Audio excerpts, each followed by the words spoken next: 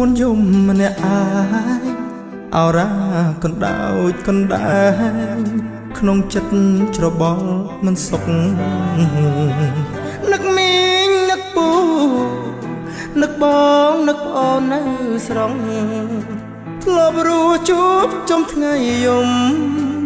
ឥឡូវឆ្ងាយស្រុកម្នាក់អាឃើញគេជួបជុំខ្ញុំសែនស្រណោមានតែ Facebook ប៉ុណ្ណោះឲ្យខ្ញុំបានឃើញបងប្អូនមកសើចម្នាក់ងាយខ្ញុំប្រឡែងទៅពីចុងណាទឹកភ្នែកស្រង់ហូលីបានឹកពុកនឹកម្ដាយនឹកអ៊ំយីតាចង់វិលត្រឡ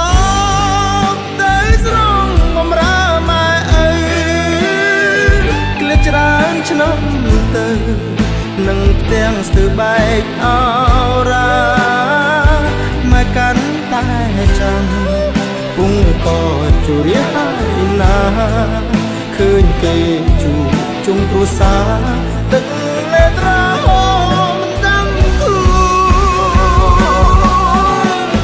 ខ្ញុំប្រឹងធ្វើការទាំងយប់ទាំងថ្ងៃ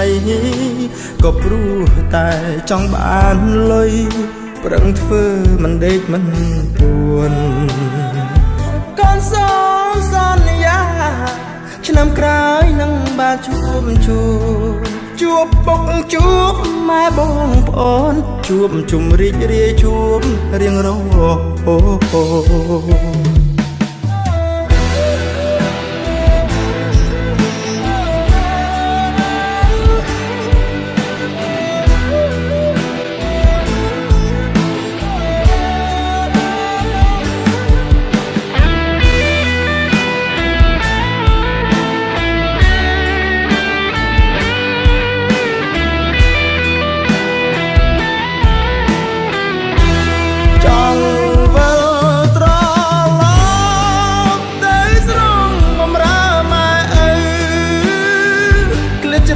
ឆ្នាំទៅនឹងផ្ទាំងស្ទើបែកអរ៉ាមកកាន់តែចាំពុងក៏ជួរៀហើយណាឃើញគេជួបជុំគ្រួសារទឹកលេត្រាហូមតាំងគូខ្ញុំប្រឹងធ្វើការទាំងយប់ទាំងថ្ងៃក៏ព្រោះតែចង់បានលុយប្រឹងធ្វើមិនដេកមិនពួនកូនសូមសន្យាឆ្នាំក្រោយនឹងបានជួបពុកជួបម៉ែបងប្អូនជួបជុំរីករាយជួបរៀងរហូត